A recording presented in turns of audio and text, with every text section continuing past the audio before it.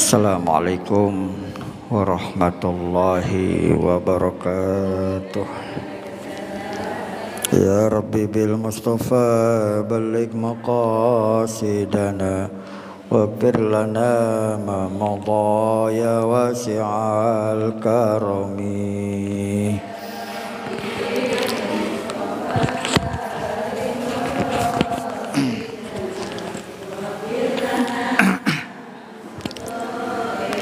Huwal habibul ladzi turja syafa'atuhu likulli hawlim minal ahwali muqtahimi. Ya Rabb Mustafa balligh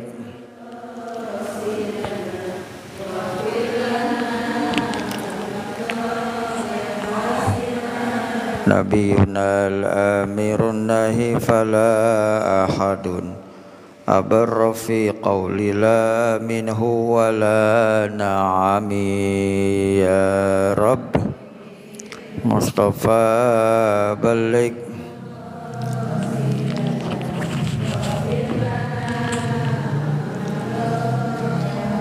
wal ali wa sahbi thumma tabi'ina fahum ahlut tuqa wan nuqa wal hilmi wal karami. Ya Rabb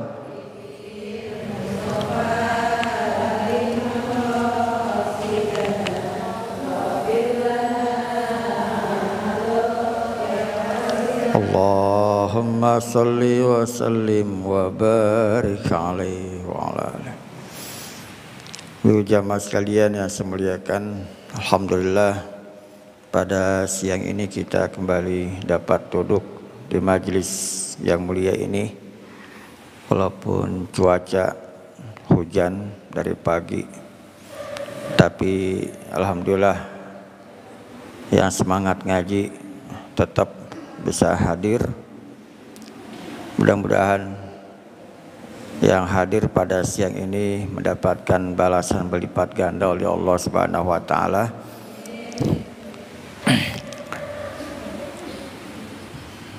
Alhamdulillah, kita akan lanjutkan kembali bacaan kita daripada kitab Nashihul Ibad dari Imam An-Nawawi Al-Bantani rahimahullahu ta'ala.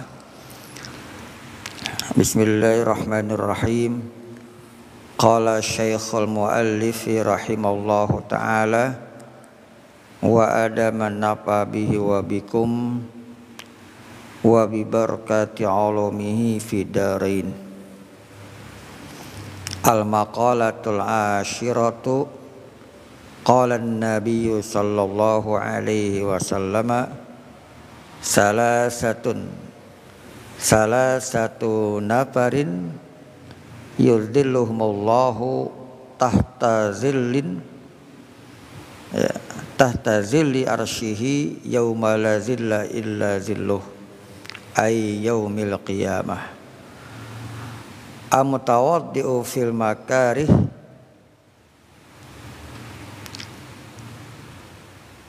wal mashi ilal masajidi fi zulami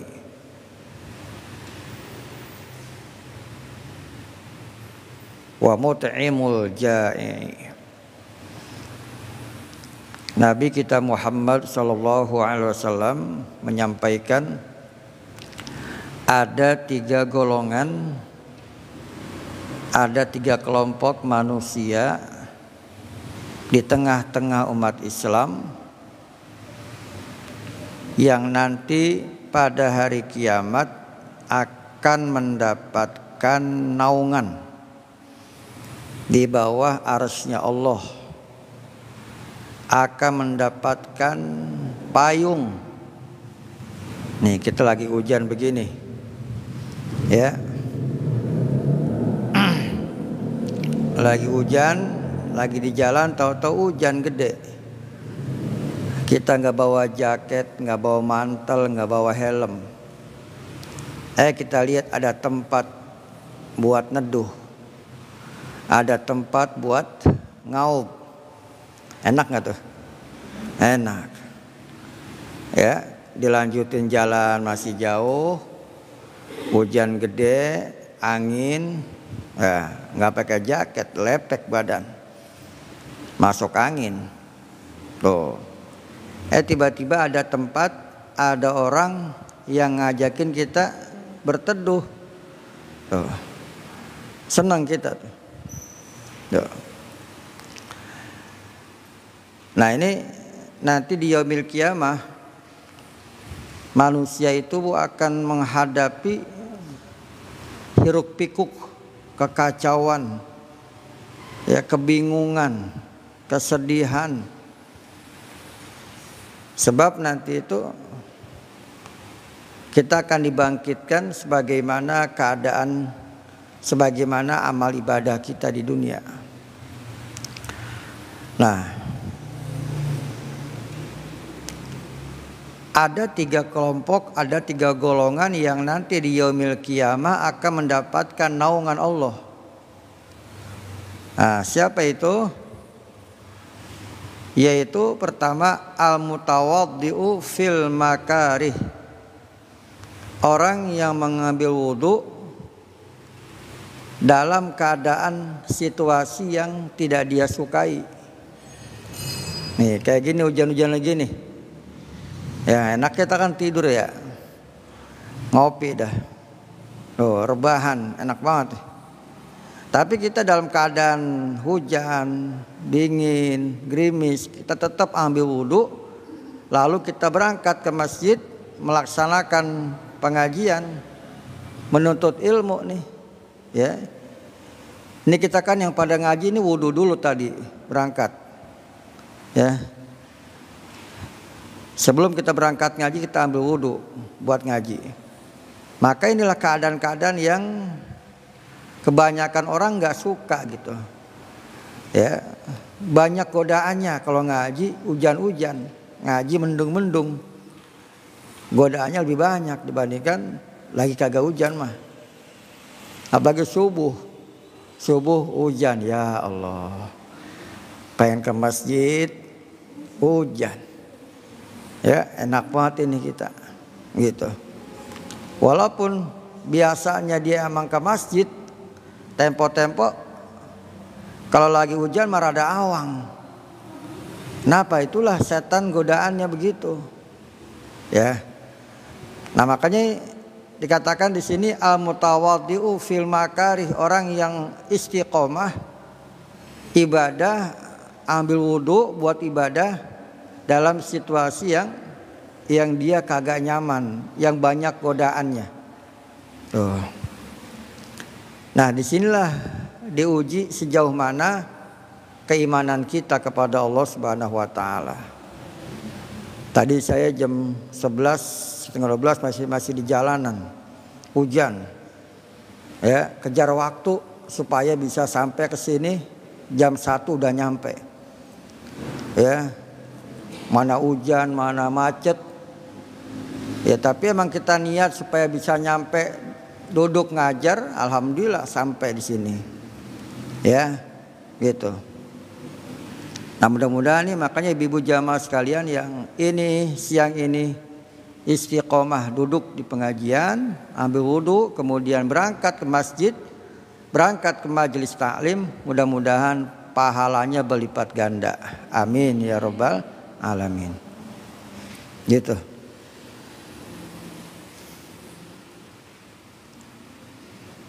Jadi al-makarih itu adalah terjemahannya fi awqatil masyaqqah, pada waktu-waktu yang ada kesulitan, dengan sebab hujan, dengan sebab kecapean, ya. Pas jamnya ngaji, habis pulang kondangan, pulang besan, pas banget udah jam 1, ya Allah, lagi capek-capeknya, iya ini waktunya ngaji. Nah di situ tuh yang dikatakan awqatul masyaqqah, waktu-waktu yang sulit. Banyak pilihan dalam hati kita, banyak bisikan, ngaji kagak, kan begitu. Kagak ngaji ya kagak. Ya. Nah itu jamaah sekalian, Ini namanya waktu al-makarih. Ya, waktu al-masyaqqah, waktu yang banyak kesulitan di situ. Nah, disitulah terjadi pergolakan di dalam hati kita, di dalam jiwa kita, peperangan dalam batin kita antara kita ngikutin ya bisikan hidayah atau bisikan setan. Tuh. Kata setan, udah capek pulang besan, udah rebahan aja istirahat gitu. Besok ada lagi ngaji mah gitu. Ya, setan mah segala apa be ya dilakuin, dibisikin kuping kita, di hati kita supaya kita tidak melakukan ibadah gitu. Apalagi ibadah yang memang notabene gede pahalanya kayak ngaji begini. Tuh. Ini bagi orang beriman, dia malah ketika berada di tempat-tempat yang Allah suka, di tempat-tempat yang Allah cintai, di tempat-tempat yang Allah senengin, maka disitulah kita berada, yaitu di majelis ta'lim.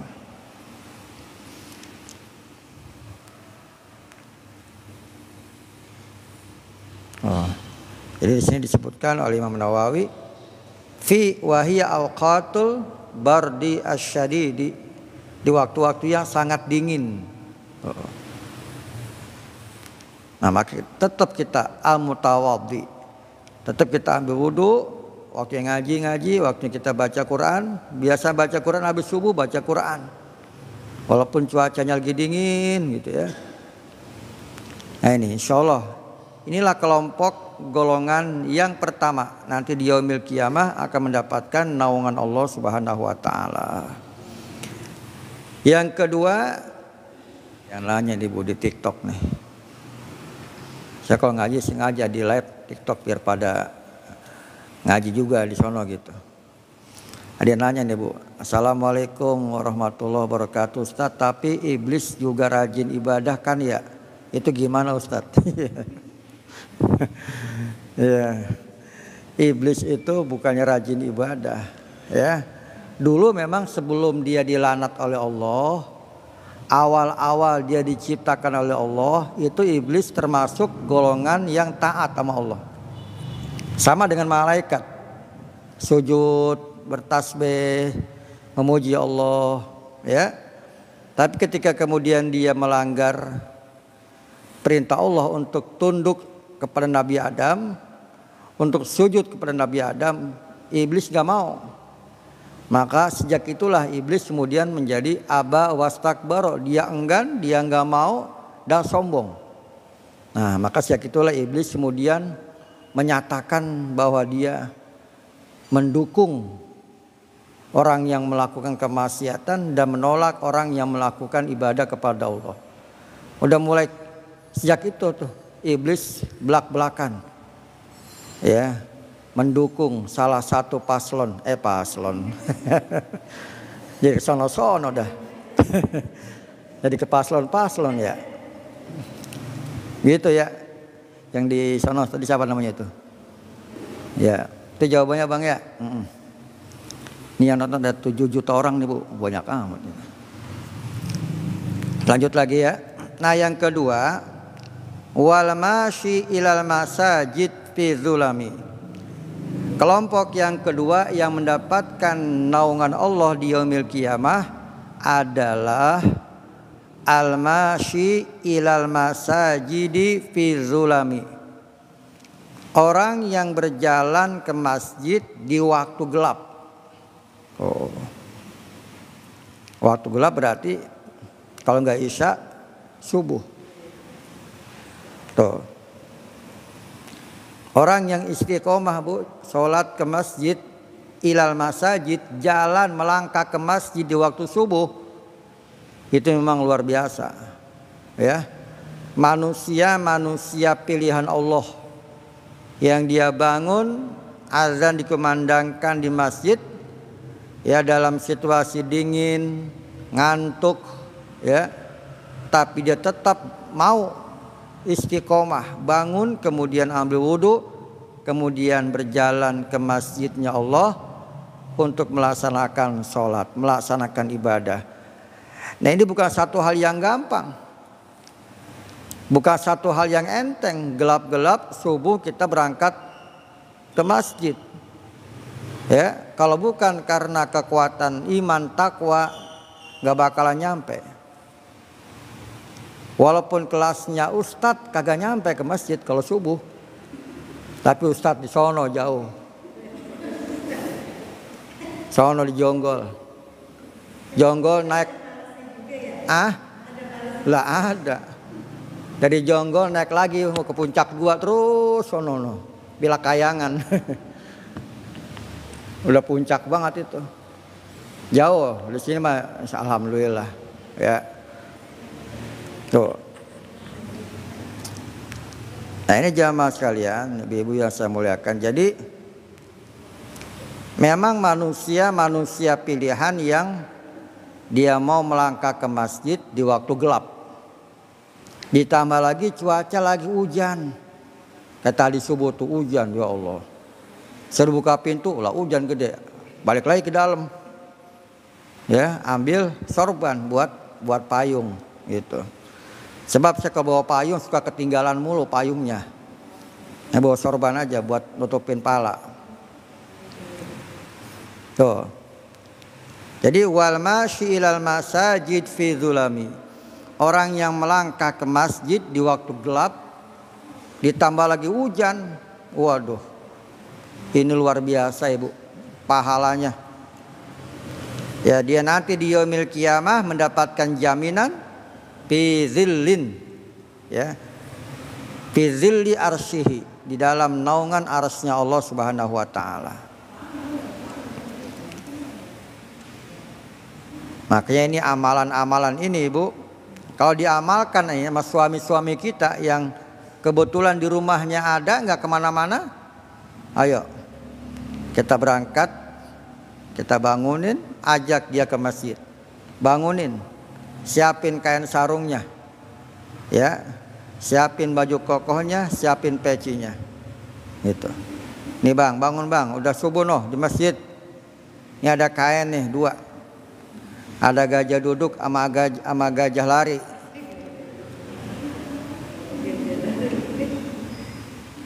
Nih bajunya ini ada 2 baju kokoh, yang ada yang coklat sama putih. Pilih yang mana? Tuh. Dapat pahala. Bu ya. Jadi wal masyi ilal masajidi fil dzulam. Orang yang berjalan ke masjid di waktu gelap. Li ajli sholati ma'al jamaah, untuk semata-mata menjalankan sholat berjamaah. Tuh ya. Jadi melangkahnya aja itu ada fadilahnya. Melangkahkan kaki ke masjid di waktu-waktu biasa aja itu ada pahalanya. Nah, ini pada di waktu-waktu gelap, beda lagi pahalanya. Belum lagi kita sholat jamaahnya, ya, belum lagi kita sholat sunnahnya, sholat sunnah qobliyah subuh, ya, rokaatal fajri khairun minad dunya wa ma fiha. Rakaat subuh sunnahnya itu bagaikan lebih baik dibandingkan dunia dan segala isinya. Itu yang kedua. Yang ketiga, golongan yang mendapatkan naungan Allah Subhanahu wa taala yaitu wa mut'imul ja'i. Orang yang suka peduli kepada orang yang membutuhkan, baik kebutuhan ekonomi, dia kagak makan, tetangga kita makannya ya seadanya. Kadang-kadang pagi makan, siang nggak makan, siang makan, malamnya kelaparan, malamnya makan, pagi nggak ketemu. Masih ada yang begitu. Sedangkan kita termasuk orang yang ada, ya, bahkan berlebihan. Di kulkas kita udah kesimpan, ya, sembako buat seminggu. Kopi buat berbulan-bulan udah cukup. Gula cukup, minyak. Ada yang jual murah, Dewan, beli 4 biji. Ya. Ini tetangga kita ada yang kelaparan tuh. Zolim kita itu, Bu. Zolim tuh. Apalagi dia saudara kita. Ya, apalagi dia kerabat kita, keluarga kita, kita kenyang dewek-dewek. Tuh. Bahkan ada orang kaya berangkat umroh tiap bulan. Ya. Tiap minggu weekend healing. Ya, sedangkan tetangganya terguling-guling. Nahan lapar. Ya Allah. Zalim tuh. Makanya Nabi Muhammad itu berangkat haji cuman sekali, 2 kali. Yang terakhir itu haji wada, haji perpisahan sebelum dia meninggal dunia. Tuh. Maka saya nggak tapi setuju kalau walaupun dia banyak duit, umroh berangkat tiap bulan atau tiap 2 bulan. Mendingan tuh duit 30 juta dibagi tetangganya yang miskin. Ini bocah tetangga kita SPP nunggak 5 bulan, kasih tuh tetangga, itu lebih afdol, lebih gede pahalanya. Kenapa? Manfaatnya banyak. Tuh bocah jadi bisa sekolah, jadi bisa makan. Nanti sekolahnya selesai sampai kelas 3 SMA SMK. Ibadah umroh itu ibadah individu, ibadah pribadi. Nah, beda dengan ibadah lingkungan, ibadah muamalah, ibadah sosial. Makanya dikatakan di sini mut'imut ja'i, orang yang peduli dengan orang yang kelaparan. Gitu. Jadi ibadah individu mah ya apa sih gitu, emang buat kita doang manfaatnya. Tapi ibadah sosial, peduli dengan lingkungan, dengan saudara kita, nah itu yang paling afdol tuh. Ya. Ya saya punya teman banyak, Bu, yang punya travel. Tiap 2 bulan berangkat umroh, bawa jamaah. Saya diminta banyak banget yang ngajakin. Ustadz bawa jamaah sekian nanti berangkat. Segen saya mengajak-ngajakin gitu. Ya, kenapa? Saya kalau punya duit saya kasih orang yang butuhin. Ya, gitu. Walaupun ya nggak apa-apa, boleh aja. Tapi yang kurang tepat kalau kita lebih mengutamakan ibadah pribadi dibandingkan ibadah kepedulian kepada orang lain. Gitu.